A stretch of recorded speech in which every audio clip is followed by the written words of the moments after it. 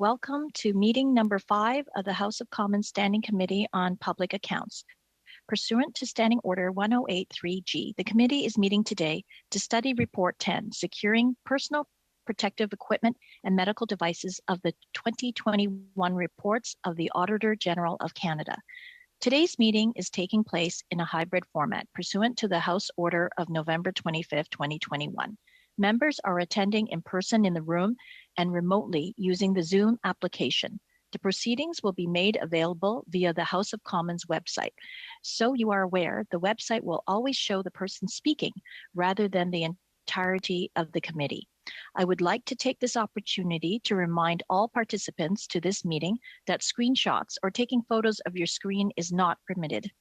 Given the ongoing pandemic situation and in light of the recommendations from health authorities, as well as the directive of the Board of Internal Economy on October 29, 2021, to remain healthy and safe, all those attending the meeting in person are to maintain 2-meter physical distancing, must wear a non-medical mask when circulating in the room, and it is highly recommended that the mask be worn at all times, including when seated, must maintain proper hand hygiene by using the provided hand sanitizer at the room entrance.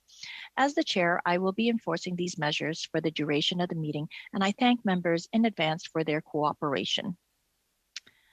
Members and witnesses may speak in the official language of their choice. Interpretation services are available for this meeting.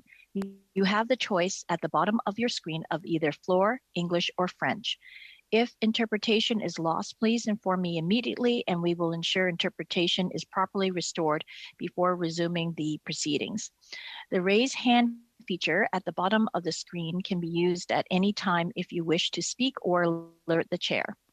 For members participating in person, proceed as you usually would when the whole committee is meeting in person in a committee room.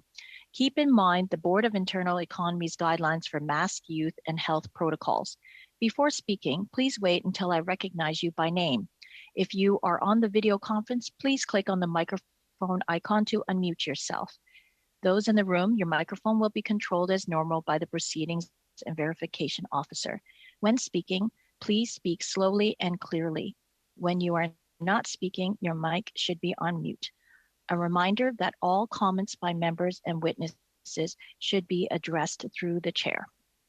With regard to a speaking list, the committee clerk and I will do the best we can to maintain a consolidated order of speaking for all members, whether they are participating virtually or in person.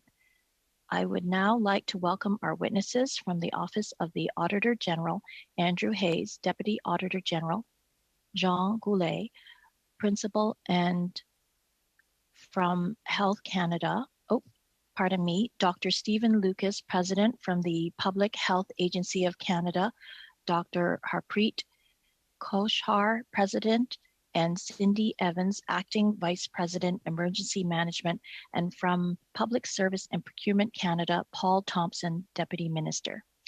You will have 5 minutes to make your opening statement, and I'll go to Deputy Auditor General, Mr. Hayes. You have the floor. So nice to see you again. Thank you very much. Merci, Madame la Présidente. Thank you, Madam Chairperson, and we are happy to appear before the committee today to discuss our audit of securing personal protective equipment and medical devices. I want to start by acknowledging that this hearing is taking place on the traditional unceded territory of the Algonquin Anishinaabe people. Joining me are Jean Goulet, the principal who was responsible for the audit. The personal protective equipment and medical devices are essential to the safety of Canadians, especially in healthcare settings and during a pandemic. Effective management ensures that increased demand can be met in a public health emergency. The audit focused on whether the Public Health Agency of Canada and Health Canada helped to meet the needs of provincial and territorial governments for N95 masks, medical gowns, testing swabs, and ventilators, before and during the COVID-19 pandemic. The audit also focused on whether Public Services and Procurement Canada provided adequate procurement support to the Public Health Agency of Canada. We found that before the pandemic, the Public Health Agency of Canada had not addressed long-standing and known issues affecting the systems and practices used to manage the National Emergency Strategic Stockpile. There was no rationale justifying the quantities of equipment held in the stockpile. Some inventory records were inaccurate, and the agency lacked timely and relevant information to manage the stockpile. As a result, the agency managed the stockpile reactively and was not as prepared as it should have been to deal with the surge in requests for equipment that was triggered by the pandemic. Despite these pre-existing issues, we found that when faced with the pandemic, the Public Health Agency of Canada, Health Canada, and Public Services and Procurement Canada adapted their activities and helped meet the needs for personal protective equipment and medical devices across the country. As the pandemic persisted, collaboration and communication among the agency and other federal organisations, provinces and territories continued to improve. Health Agency of Canada moved from reactive management to informed planning and allocation. An initial shift to a bulk procurement strategy, combined with improvements to how it assessed needs and allocated equipment, allowed the agency to meet the record number of requests for equipment from the provinces and territories. The agency also increased the capacity of the stockpile by outsourcing much of the warehousing and logistical support needed to deal with the exceptionally high volume of purchased equipment. Health Canada reacted to the increased demand during the pandemic by modifying how it managed license applications from suppliers so that they could be processed more quickly. The adapted process allowed for medical devices to be imported and sold while the license applications were being evaluated. Should the evaluation subsequently show a problem, the department can take action. For example, it can seize equipment, stop the sales, and prevent future imports. Public Services and Procurement Canada quickly adapted its procurement activities. The department adjusted to the situation by adopting bulk procurement, reassigning staff, and streamlining processes so that contracts could be awarded faster. The department also adjusted to the pandemic by accepting some risks, such as often paying in advance. This expedited the purchase of large quantities of equipment in a highly competitive market where supply did not always keep pace with demand. However, the department did this without always conducting an assessment of the supplier's financial viability. If the agency and the departments had not adapted their approaches to the circumstances, it is unlikely that the government would have been able to acquire the volume of equipment that was needed. The Public Health Agency of Canada, Health Canada, and Public Services and Procurement Canada agreed with the 4 recommendations we made in our report and have prepared action plans to address them. Madam Chair, this concludes my opening remarks. We would be pleased to answer any questions the committee may have. Thank you.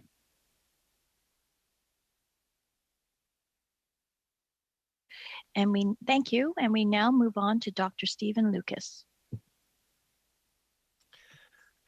Thank you, Madam Chair. I'd like to thank the committee members for the opportunity to appear today. Tout au long de la pandémie, l'Agence de la Santé. Throughout the pandemic, the Public Health Agency of Canada and Health Canada have worked to facilitate the distribution of medical supplies and equipment to provinces and territories to support Canada's COVID-19 response. Canada and the Public Health Agency work closely with partners for the provision of timely and accurate data related to purchased personal protective equipment, or PPE, and medical devices, including those shipped to the provinces and territories. As part of this, as mentioned in the Auditor General's report, we developed a supply and demand modeling tool which allowed us to assess the sufficiency of stocks held by federal and provincial or territorial holdings, along with expected deliveries, and then compare these to the anticipated demand for PPE across the economy, in particular in the health sector, and with the model informed by an epidemiological model in terms of the expected demand for different health scenarios. Health Canada's role as it pertains to recommendation 10.82 of the report concerns authorizing the sale of medical devices in Canada. Health Canada regulates the advertising, importation, and sale of medical devices. This includes diagnostic tests, ventilators, swabs, and PPE. The regulation of medical devices in Canada is based on risk. Devices are classified into 4 classes.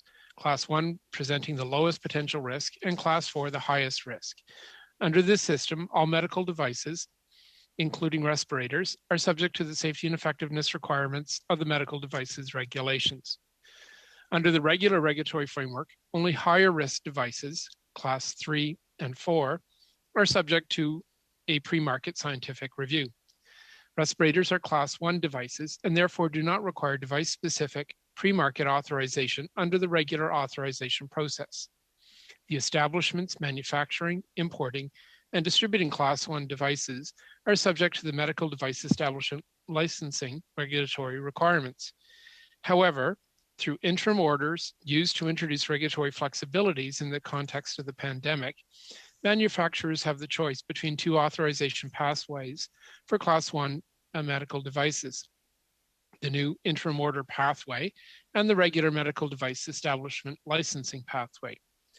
Under the interim order pathway, manufacturers of Class 1 devices submit an application to demonstrate the safety, effectiveness, and quality of their medical device, and Health Canada conducts a scientific review of the application before authorizing the sale of these devices. Alternatively, manufacturers of Class 1 devices can obtain a medical device establishment license from Health Canada, which is the regular authorization pathway for Class 1 devices. Under this pathway, the department maintains regulatory oversight of products coming onto the Canadian market through establishment inspections and compliance verifications to identified risks, and officials make admissibility decisions on products received at the border. Regardless of the pathway chosen, all medical devices are subject to the safety and effectiveness requirements of the medical devices regulations, and companies are required to provide Health Canada with information promptly if requested. In Report 10, the OAG asked Health Canada to determine whether respirators are appropriately classified, given that Class 1 medical devices are not subject to a Health Canada review of safety and effectiveness information under the regular regulatory authorization process. This is why Health Canada has been conducting pre-market evaluations of all applications for Canadian respirators received under the medical device interim orders, even though they are Class 1. We will continue to do so as long as this alternative regulatory pathway remains in effect. De plus, en réponse de la recommandation 10, In Report 10, the OAG, or rather Health Canada, acknowledges the challenges with ensuring the safety, effectiveness and quality requirements for respirators are met in situations such as the COVID-19 pandemic. And this is why Health Canada has been conducting pre-market evaluations of all applications for Canadian respirators received under medical device interim orders, even though they are Class 1 devices. We continue to do so as long as this alternative regulatory pathway remains in effect. And I'd be pleased to answer any questions you may have. Thank you. And now we will move on to Dr. Harpreet Koshar. Thank you, Madam Chair.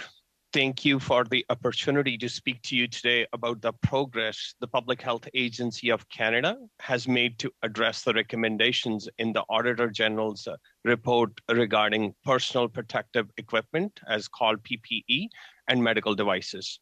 Joining me today is Ms. Cindy Evans, who's the Vice President of Emergency Management Branch, and this is the branch responsible for managing National Emergency Strategic Stockpile, commonly referred as NES. Public Health Agency of Canada manages the NES to provide surge support to provinces and territories during an emergency when their own resources are insufficient, such as during infectious disease outbreaks, natural disasters, and other public health events. The stockpile includes a variety of medical supplies, such as PPE, vaccine, ancillary supplies, medical equipment, pharmaceuticals, and social service supplies, such as beds and blankets. Throughout the pandemic, the agency quickly adapted and responded to the changing circumstances, including risks posed by emerging variants, updates to public health guidance, changes to clinical practices, impacts of provincial and territorial decisions about public health measures within their jurisdictions, and emerging health technologies. PACP continues to work with provincial and territorial partners to monitor the sufficiency of NES inventories. As of February 9th, 2022, key supplies within the National Emergency Strategic Stockpile inventory include around 19.7 million units of N95 respirators, 282 million units of surgical masks, 13 million units of face shields, and 810 million pairs of nitrile gloves, as also 111 million units of disposable gowns and 210 million units of needles and syringes. We continue to and will take steps to address emerging supply gaps if required. We continue to proactively distribute incoming medical supplies and equipment, such as PPE and vaccine ancillary supplies, to provinces and territories to support Canada's COVID-19 response. While significant strides have been made since the beginning of the pandemic, Public Health Agency of Canada acknowledges it was not as prepared as it could be prior to the COVID-19 pandemic. Agency, however, is committed to enhancing its preparedness for future public health emergencies, including working on improvements on the management of NES. We appreciate Auditor General's recognition of the significant work undertaken in response to COVID-19 pandemic and the acknowledgement that Public Health Agency of Canada helped to meet the needs of provincial and territorial governments for PPE and medical devices during the pandemic. PACP also accepts all the recommendations from the Auditor General. We recognize that the performance audit identifies areas for improvement that are already guiding the agency to be better prepared for the future health events. Also, agency agreed with the recommendation of Auditor General to develop a comprehensive management plan for NES to support responses to future public health emergencies. So the plan will focus on key areas such as optimizing life cycle material management, enhancing infrastructure and systems, and working closely with provinces and territories and other key partners.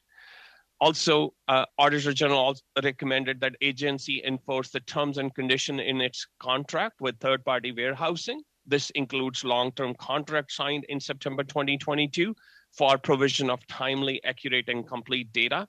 And agency took lessons learned from early contracts with the third-party warehousing and logistics services provider and included clear service level expectations in the long-term contracts signed in September 2022.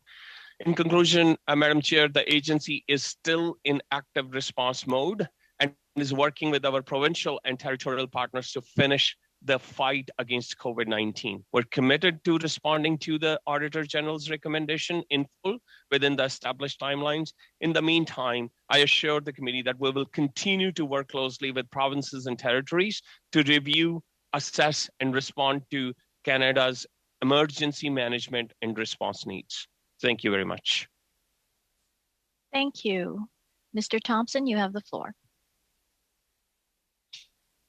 Thank you very much, Madam Chair. I'm very pleased to appear before the committee for my first time as Deputy Minister of Public Services and Procurement to discuss the Auditor General's report on securing personal protective equipment and medical devices during the COVID-19 pandemic. I'd also like to provide an update on PSPC's action plan regarding the one recommendation that was provided to our department.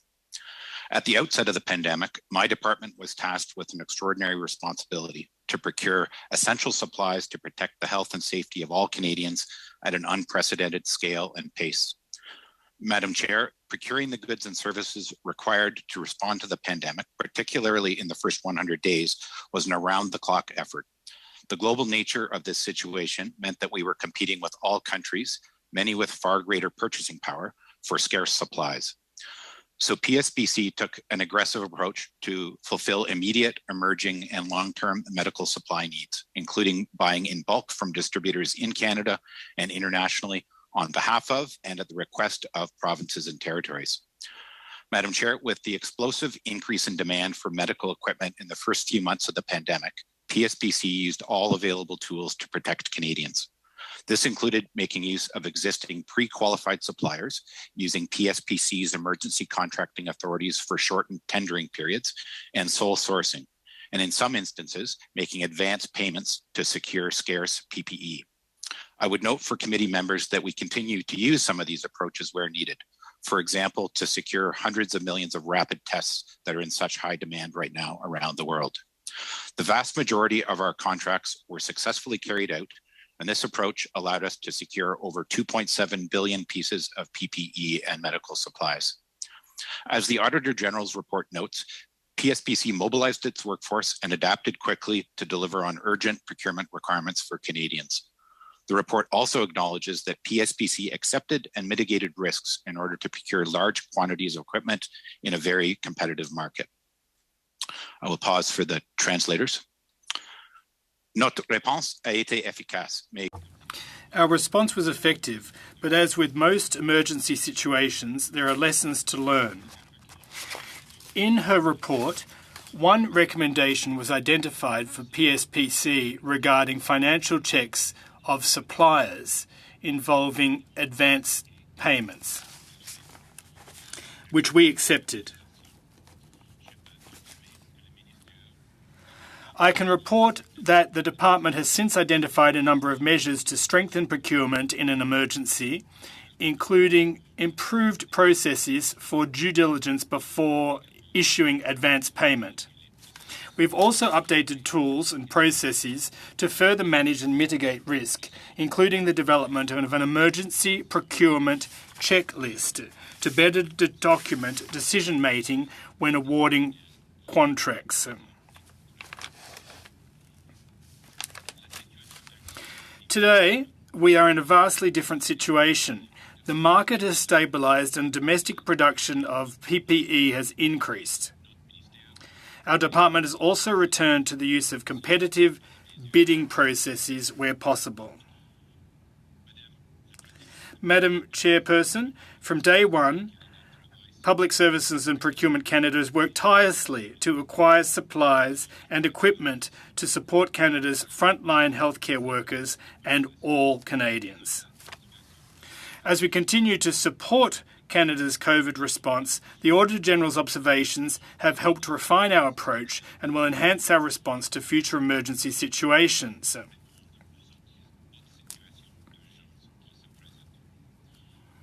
Thank you, and I'll be happy to respond to your questions. Thank you. We'll now go into our rounds of questions beginning with the official opposition for 6 minutes. Mr. Lawrence. Thank you, Ms. Yip, and I'd just like to start by thanking all of the panelists for their time and also for their commitment during the COVID-19. My questions will start with the Auditor General and then proceed to Dr. Coker. Actually Deputy Auditor General, and just wanted to go over the fact that I believe, and I think it is well established, that we were woefully unprepared when it comes to the procurement, the maintenance of PPE equipment, and it created significant challenges for our provinces and our frontline workers, and the fact that we had limited resources going forward. Would the Deputy Auditor General agree with me?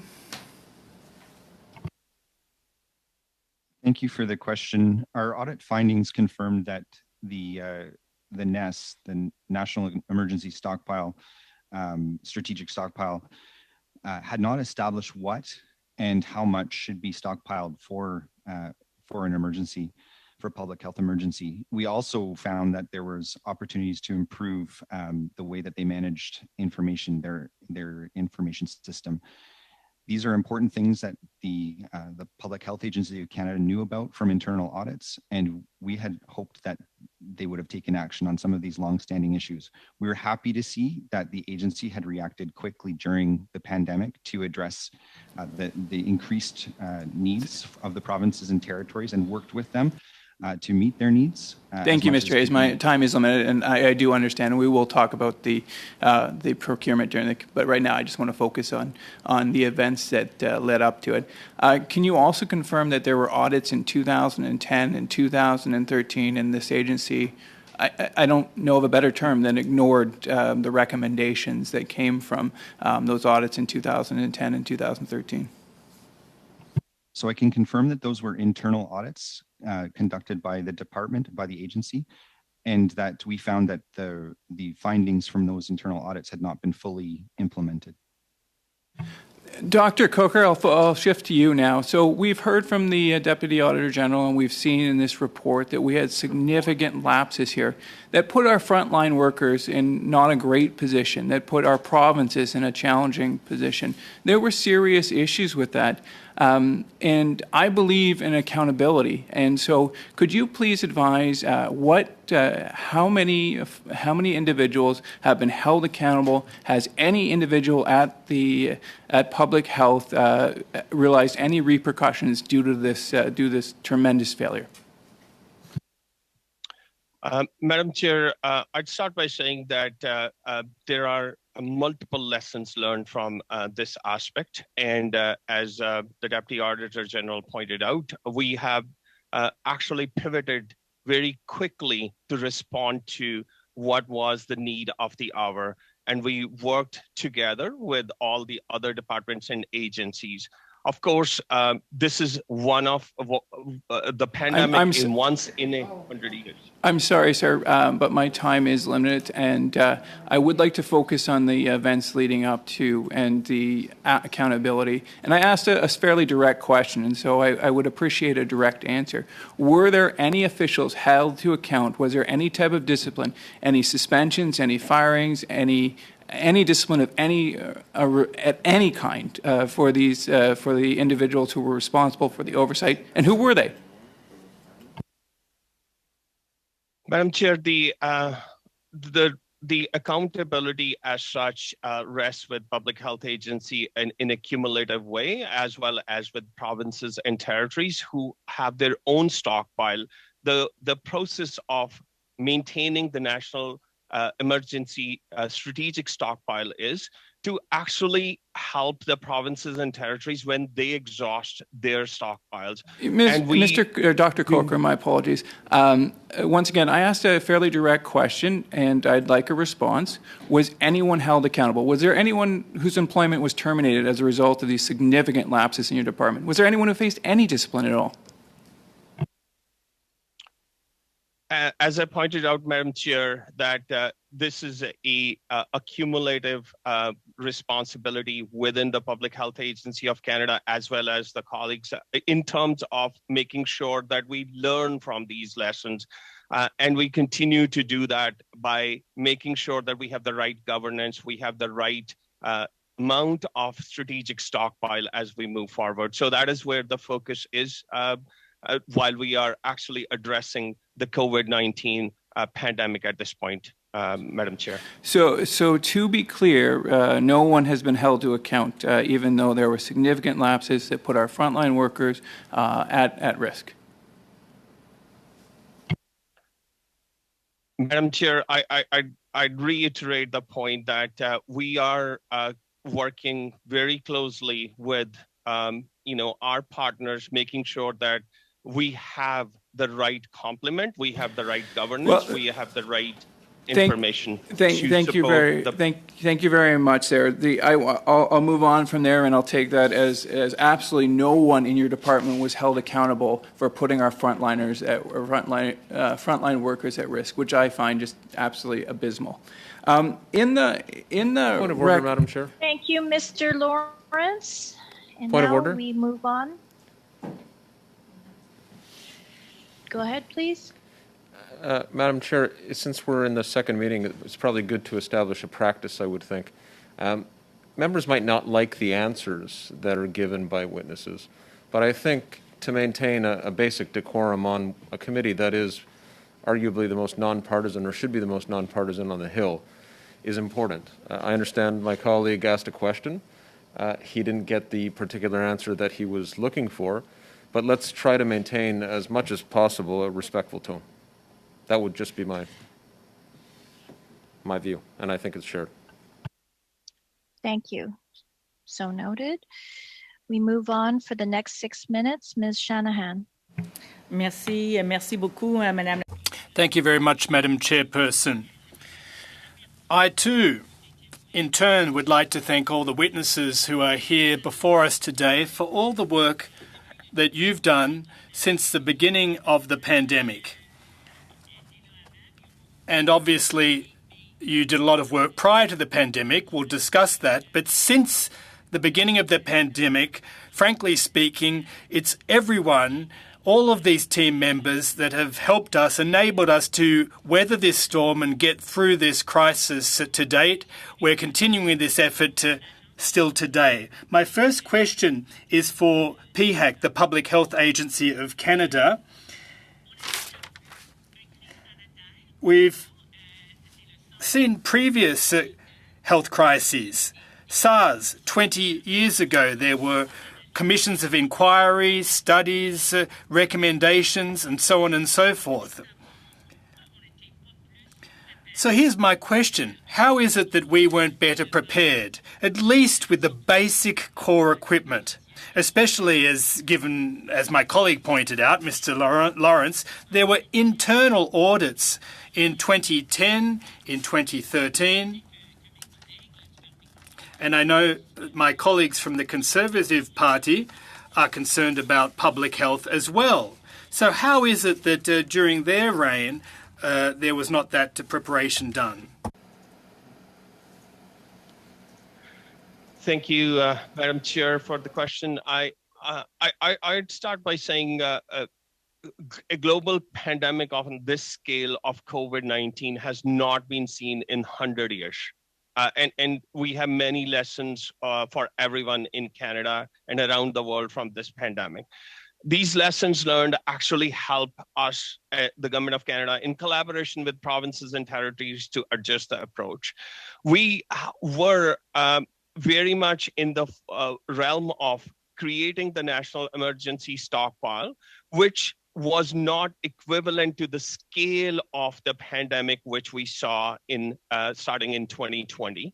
We did have our assessment done in terms of what was the National Emergency Stockpile policy, which we had in terms of working on an optimization plan. We also had working with provinces and territories on looking at the responsibility for info sharing. These were the things which we were also putting together. However, given that this massive scale of pandemic, which actually caught all of the world by surprise, the amount of strategic stockpile, which is supposed to be a backstop for what the provinces and territories also have their original stockpile or their own stockpile, was rather insufficient at the beginning. However, we pivoted immediately with the help of our colleagues in the federal departments as well as provinces and territories, and as noted by the Auditor General's report, to quickly analyze the situation, procure, and distribute it very quickly so that we could actually support our frontline workers. And those are the things which, as we go forward, we have further sharpened our policies. We have continued to work at pulling together the information which gives us a line of sight in the future, the demand and supply kind of information, and that allows us to be better prepared should such kind of emergency ever present again itself. And just on that note, Doctor, you mentioned in your opening remarks that some rather large numbers of the number of units that you have of N95 masks and so on.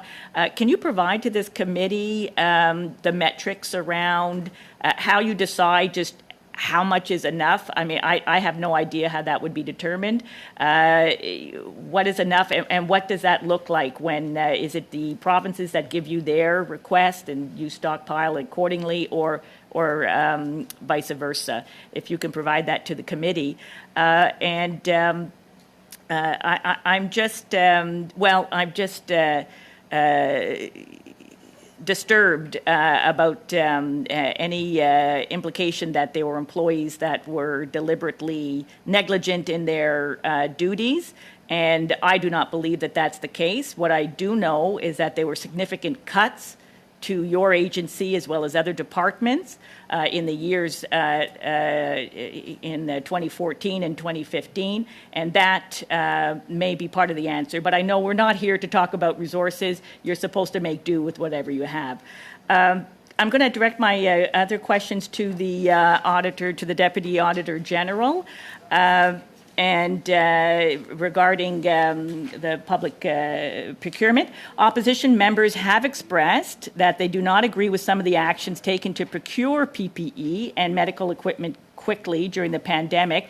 But in your report, you mentioned that you feel PSPC mobilized and adapted quickly. Can you tell us, in your opinion, what the consequences might have been if we didn't take decisive action early on to procure some of these medical devices and equipment? Thank you. As we mentioned in the report, there was a dynamic market. There was supply-demand challenges across the world. So we do appreciate the fact that the department had to act quickly.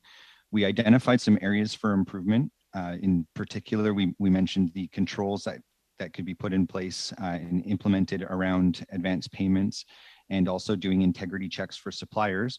But overall, we recognized the important adaptation that the department did to procure the equipment needed by Canadians.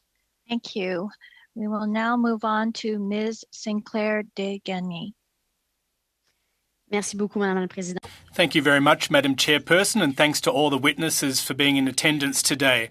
I'd like to preface my question by saying the following. Unlike my esteemed colleague from the Liberal Party, and with all due respect, I disagree with him when it comes to this issue regarding decorum. That's why we sit in this committee, to get clear answers. We represent Canadians and Quebecers. We're here to get answers and to hold folks to account. So we should be able to expect clear and precise answers from our witnesses. Now, in light of that preface, here's my first question. The 2010 and 2013 reports of the Auditor General reported shortcomings and deficiencies in terms of procurement and governance in some government bodies and organisations.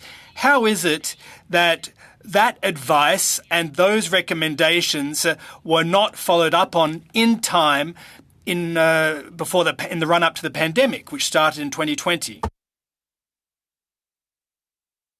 Donc, je peux commencer par... So perhaps we can start with the Office of the Auditor General, their opinion as to why there was no follow-up to these recommendations. Well, thank you very much. Just let me specify that these were interim internal reports in the office. But the question had to do more specifically with defects, deficiencies and shortcomings of long date. It is a concern for our office. Agencies and departments must do follow-ups to recommendations and to any findings issued by our office. So it's my sincere hope that the chair of the agency has a response to give you too.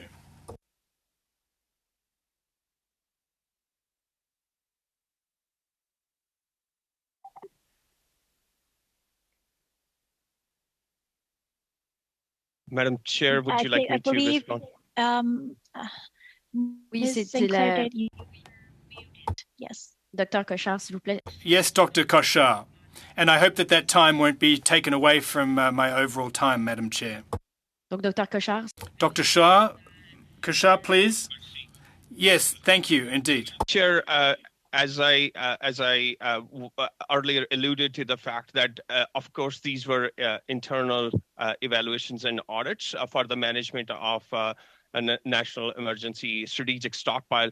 We took those evaluations very much and developed a policy frame and an optimization plan for the NESH, which outlined the mandate of the NESH and prioritization of product categories. There was follow-up on that, and in response to that, we also created that ability for us to work with PTs and develop MOUs templates on responsibilities and of info sharing. And as pointed out by Office of Auditor General's 2020 report, we are now pivoting to the comprehensive management plan.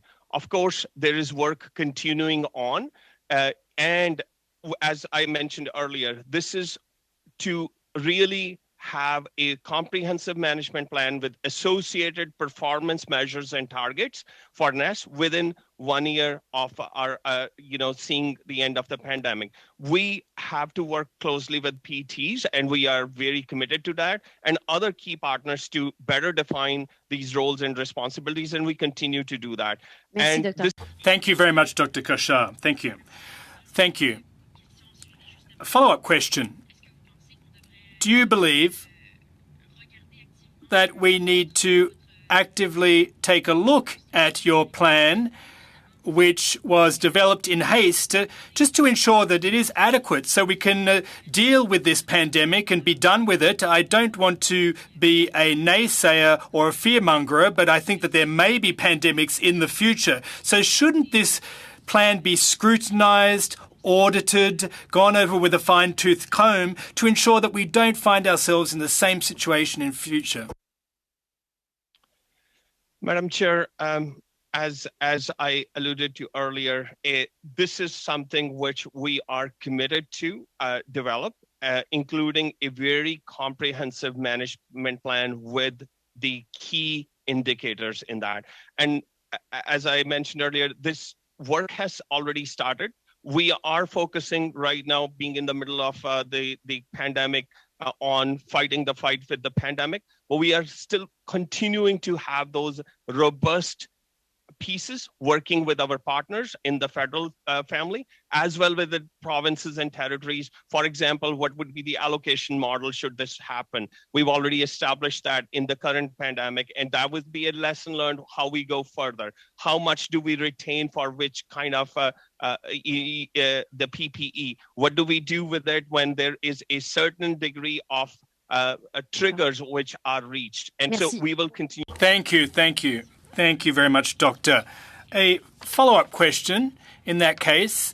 I understand that this is still ongoing. Do you have a time frame so that this plan will be concluded and we'll be able to take a look at it here in the committee and, of course, ensure that there's no recurrence of this? Do you have a time frame, sir?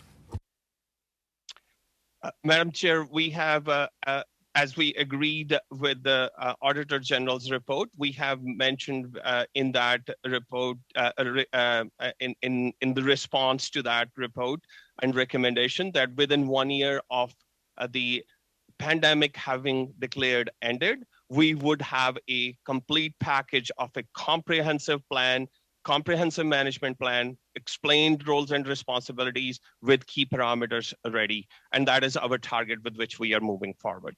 Et donc, toutes les recommandations.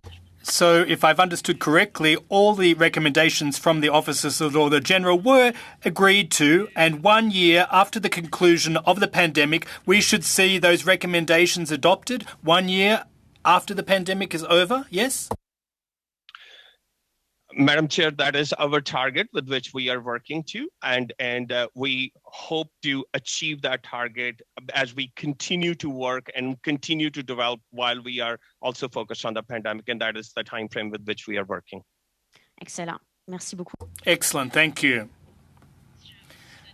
Well, how much time do I have left?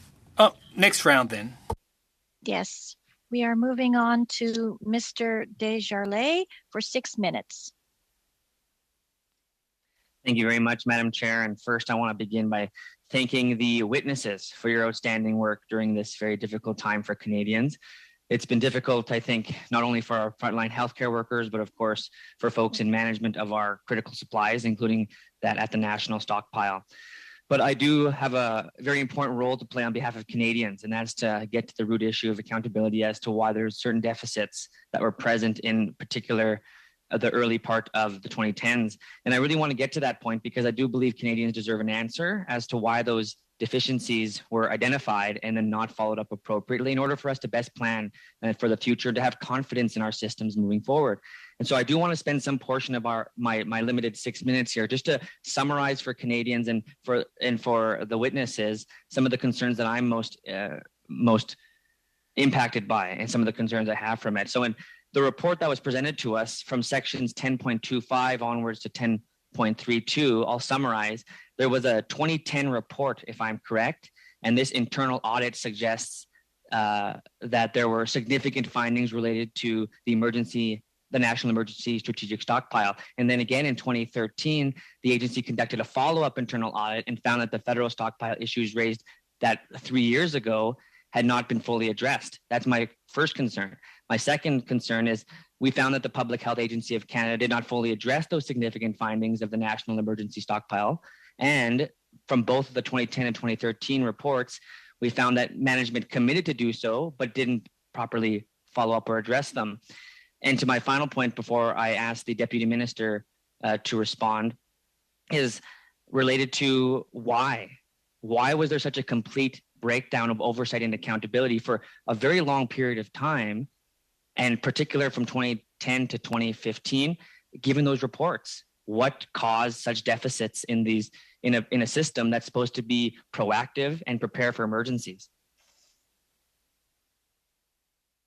Madam Chair, I'll start by saying that as we started to look at all those aspects, what were captured as recommendations from the internal audit in 2011 and earlier, we continue to work in terms of putting that, I mentioned that earlier too, that developed that policy, which was the National Emergency Strategic Stockpile Policy in 2012, and the NES Optimization Plan, which was in 2013. This really outlined the mandate of the NES and the prioritization. We actually continue to show a progress working with our partners in provinces and territories. And that work has actually built on to having a good framework or a good baseline as to what we can now move on in terms of the lessons learned, which we have from the current pandemic. And in response to this audit, we actually are really focused on building onto those efforts which we had earlier and continue to work with PTs for making sure there's an active deployment of supplies, there's a life cycle management of the commodities, as well as making sure that the NES has maximized the effective use what is in the lifespan of those PPE. And certainly we continue to work on that, Chair, and we strive to have a robust system which we can build in response to what have been the recommendations from OAG. Thank you very much for that, Doctor. And I want to supplement that question with, given that what you just said, that there was lessons learned and that those two reports are critical to our implementation and our preparedness to date, I'm concerned that because there was a lack of accountability from 2010 to 2014, given those reports, why was there never an internal audit from 2013 to 2020 to account for those deficits? Madam Chair, I would speak on this part that generally we have an internal process where we continue to follow up in terms of what are the different steps, or there is an iterative process which happens inside the agency, inside the departments, to follow up on the internal audits. And certainly some improvements were made, Madam Chair, as I pointed out. They may not have fully actually taken care of all the recommendations or all the pieces, but we continue to work towards improvements which we could do at that particular time. Thank you, Doctor. So just to finally conclude this line of questioning with the time I have, it's very clear to me, especially what you said, that this process doesn't work. the processing didn't work, that we had this accountability mechanism for internal audits to bring these issues to light, but they failed. And with you just mentioned that aspect of having to follow up on these things and it wasn't successful. So there obviously is a better need for further accountability to make this actually appropriate. Would you agree? Madam Chair, I would say that that this is a general process where internally, whenever the audits happen, we continue to follow up. We have the management response action plans. We continue to work towards what are the improvements which we can make and how quickly can we make. We have internal deadlines which we continue to follow, and as the work continues on, we are able to show the improvements onto that. And this is not a specific process for this audit, or all internal audits or all evaluations follow the same process. But Doctor, the stockpile asked for 2012. Thank you, Madam Chair. We now move on to our second round for 5 minutes. Mr. Cooper, please. Thank you, Madam Chair. I'm going to direct my questions to Dr. Kokar. Dr. Kokar, you have stated that the comprehensive management plan will be completed within 1 year of the end of the pandemic. We know that we will be living with COVID forever, so could you explain exactly what you mean by the end of the pandemic?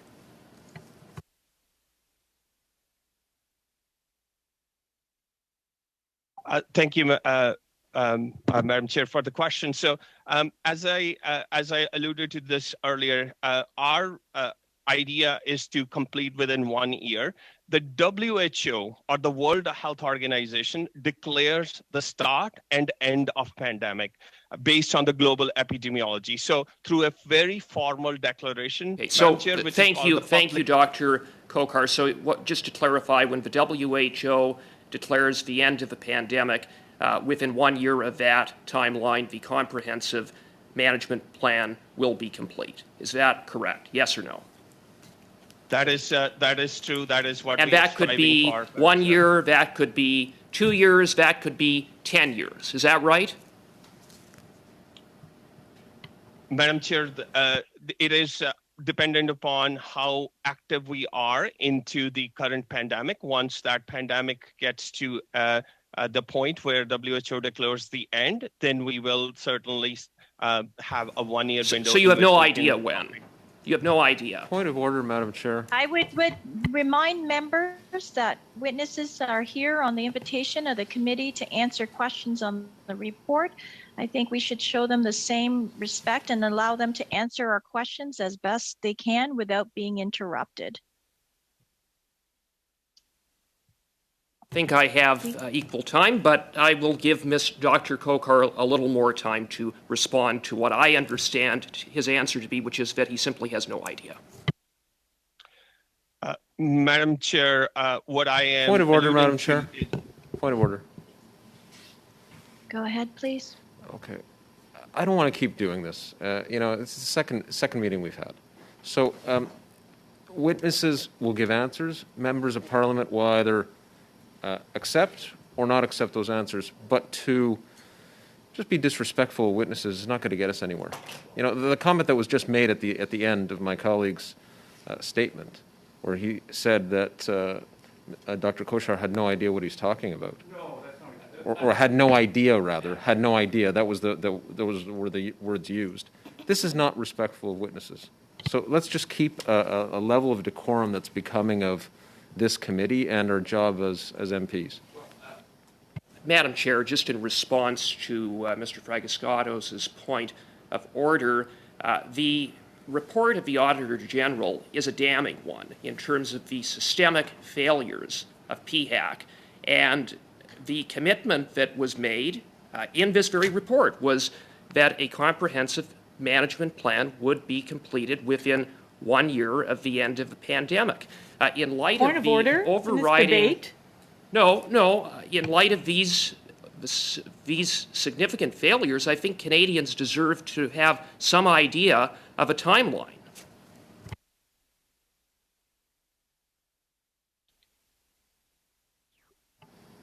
Point of order, Madam Chair, if I could just briefly. The member can have his point of view, that's fine, but to be disrespectful of witnesses and interrupt them is not on. That's my point.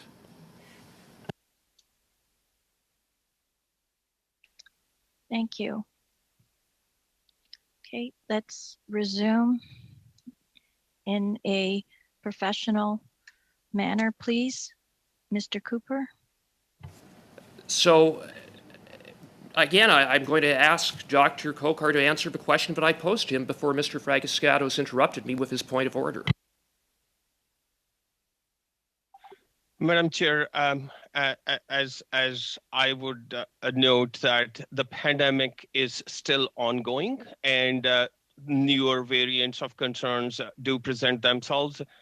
It is not possible, or it is not feasible for anyone to predict when would the be ending. However, there is a procedure which the WHO follows where it depicts the start and end of the pandemic. And let me assure Madam Chair that we're not waiting until the end of pandemic. We're continuing, as I mentioned earlier, to fine-tune our ways of looking at what Dr. Kokar, respectfully, you are waiting until the end of the pandemic because you said that the one-year timeline will start with the declaration of WHO, of which you have no idea of when that will be. It could be years from now. So that's simply not so.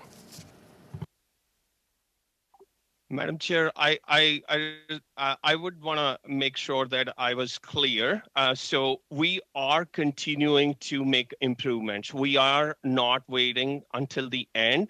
However, to clearly demonstrate that we have followed everything based on the lessons learned, based on the information available, and at the end of the declaration that it is ended, within 1 year, we will have a comprehensive plan. But again, re-emphasizing the fact. Madam Chair, thank you, Dr. Kokar. It's my time, and thank you for that. And whereas COVID will be with us forever, it appears that the position of PAC is to avoid accountability forever. Thank you.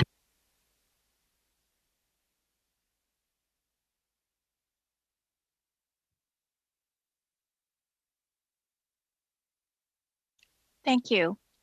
I would just like to mention that the committee can request interim progress reports as needed. And we will now move on to Ms. Bradford for 5 minutes. For joining us today and giving us their perspective on what happened, and so that we might be better prepared for next time. I think that's the goal of all of us here on the committee, just to look at what happened so that there will be another pandemic, unfortunately, and we want to be best prepared. So my first question I want to address to the Deputy Auditor General, please. When was the last time the National Emergency Strategic Stockpile was reviewed by the Public Accounts Committee prior to the outbreak of COVID? I'm sorry, but I don't have that information. I'm not sure. Oh, okay.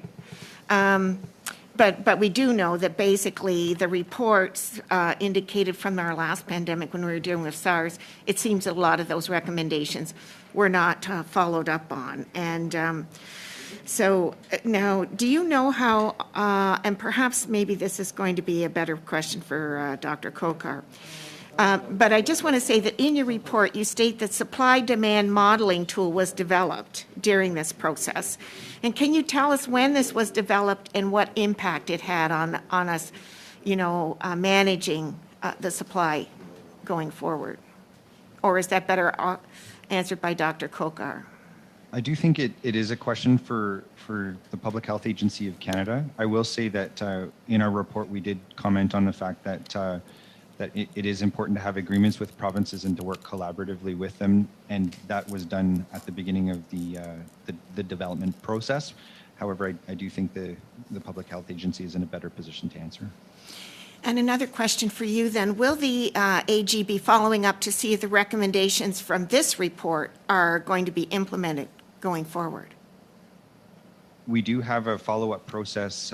We do track and monitor results. So this will be one of the reports that we do follow up work on over the course of time. Of course, we do need to see action by the departments in order to be able to report any results, but we do keep our eye on what's going on. And when do you think you might be following up on the recommendations on these with the various departments? Without getting too specific, because I know that there were questions about when the recommendations will be entirely implemented, we will conduct work from time to time. I can't give you a precise date, but I would say that it wouldn't be outside the realm of likelihood that we would be looking at this in about a year and a half. Okay, great. Now, Dr. Kohar, how often will the stockpile be monitored on an ongoing basis going forward? Madam Chair, the stockpile is actually monitored very regularly. We have a demand and supply modeling, and we have the forecasting modeling, and we do have the information on our fingertips as we develop that model. And this is monitored very continuously. I'll invite my colleague Cindy Evans to elaborate a little bit further on that point. Thank you, Madam Chair, for the question. So just to reiterate, as Dr. Kocher has said, the stockpile is monitored on an ongoing basis. As well, we certainly profit from our ongoing collaboration with the provinces and territories. As part of our governance structure in response to a public health event, a biological event, we have a logistics advisory committee whereby we are repeatedly talking to them about the variety of product holdings as well as distribution models. I think as was previously referenced, certainly we work with them in terms of the allocation model. We've also taken advantage of reaching out with experts in the field to inform us on forward-looking requirements in terms of what ICU biomedical equipment would be most relevant in the case of a respiratory illness of this nature. So we are continuously looking at the holdings. Just quickly, because I know my time's about to expire. So I hope that these reviews look at expiration date, because that was the problem. It's not just numbers, it's that we make sure they're current. So one last question that I think is probably really important to a lot of us here. Canada has a lot of domestic capacity in manufacturing PPE. Many companies stepped up in the early stages of the pandemic and shifted production to producing PPE. How much of the PPE stock in NES was purchased by PHAC is domestically manufactured? Can someone give us an answer? A quick answer, please. Certainly, we have the information in terms of the domestically manufactured PPE. For example, 70% of public health agency contracts on N95 are domestic. And we have two multi-year contracts with about N95 on Medicom and 3M Canada. And there's a varying percentage, Madam Chair, like 50% of surgical masks are domestically procured, 100% of face shields. Thank you. Okay, we move on to... Sorry, Chair, just a quick point of order there. Could we get that in writing from PHAC? I think it was an excellent question. I'd like the full response. Thank you. Ms. Sinclair Desgagnés for 2.5 minutes, please. Thank you. Madame la Présidente. Thank you, Madam Chairperson. I'd also like to follow up on my colleague's question. It was a great question. We've spoken at length about the importance of a stockpile, i.e. provisions. It's important to be prepared, but something that we haven't talked about as much is renewing this stockpile. In order to do this, we need to be able to anticipate what's going to occur and know what's going to happen in terms of domestic and foreign production. We need a coordinated approach between departments, science, innovation and industry, for example, that will help to provide a coherent approach, especially when it comes to getting local supplies, which is always easier. So we need not only to deal with the stockpile, but to be able to look in a long-term fashion. Dr. Kocher, your thoughts, please. Thank you, Madam Chair, for the question. And certainly one of the key lessons learned, Madam Chair, has been not only to look at the pieces about forecasting and looking very clearly about what are the products which we should be stocking in this strategic stockpile, but also the domestic biomanufacturing piece. The domestic biomanufacturing piece is an important one because we continue to actually procure from different domestic manufacturers. I was mentioning earlier about 100% of face shields are procured from a domestically manufactured. We have 50% of surgical masks which are procured by a public health agency, and these are domestically manufactured. And we have others which are N95 respirators. And we will continue to, and we have been working with the ICED, we have been working with PSPC, we have been working with other colleagues in the federal family, as well as with the stakeholders to make sure we have the appropriate kind of both equipment and PPE, which is sourced from domestic suppliers, and that constitutes a major part of our stockpile. Thank you. And we move on to Mr. Desjardins for 2.5 minutes. Thank you very much, Madam Chair, and thank you very much, Dr. Kotar, for being with us today and answering these very important questions. I know this is a difficult line of questioning, but let me return to the previous line of questioning I was mentioning regarding accountability. Section 10.31 of this report, quote, in response to the 2010 internal audit, the agency developed the National Strategic Stockpile Policy in 2010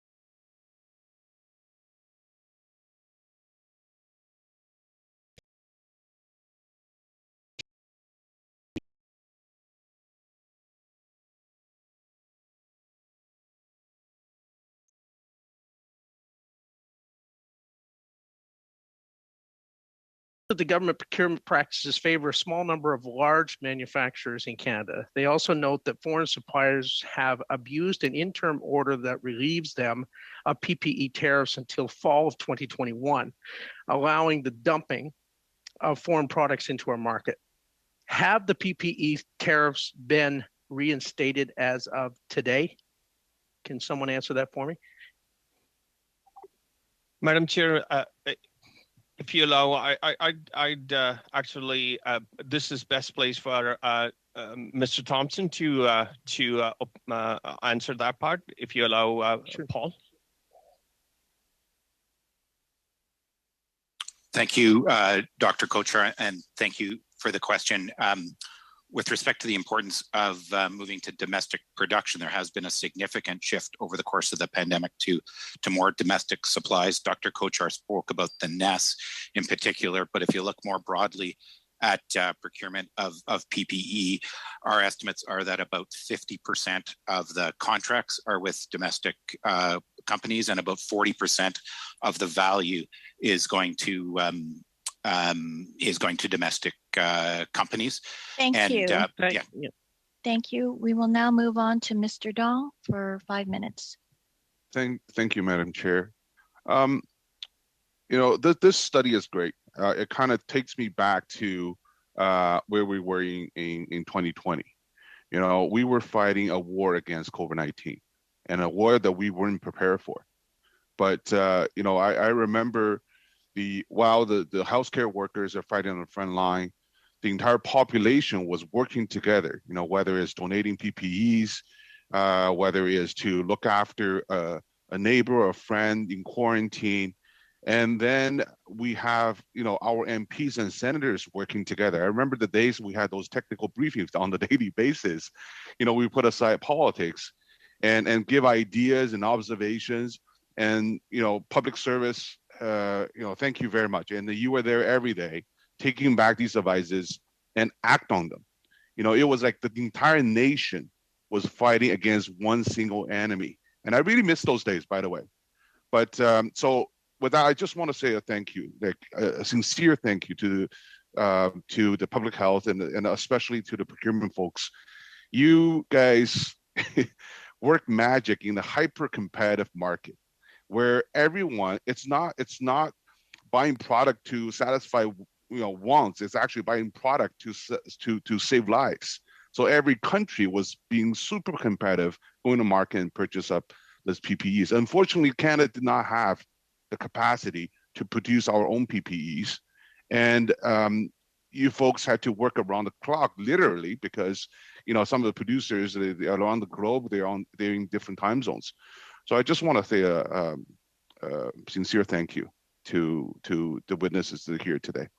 To Mr. Thompson, can you tell us how did your department do it to secure in a very short period of time the amount of PPE that Canada needed?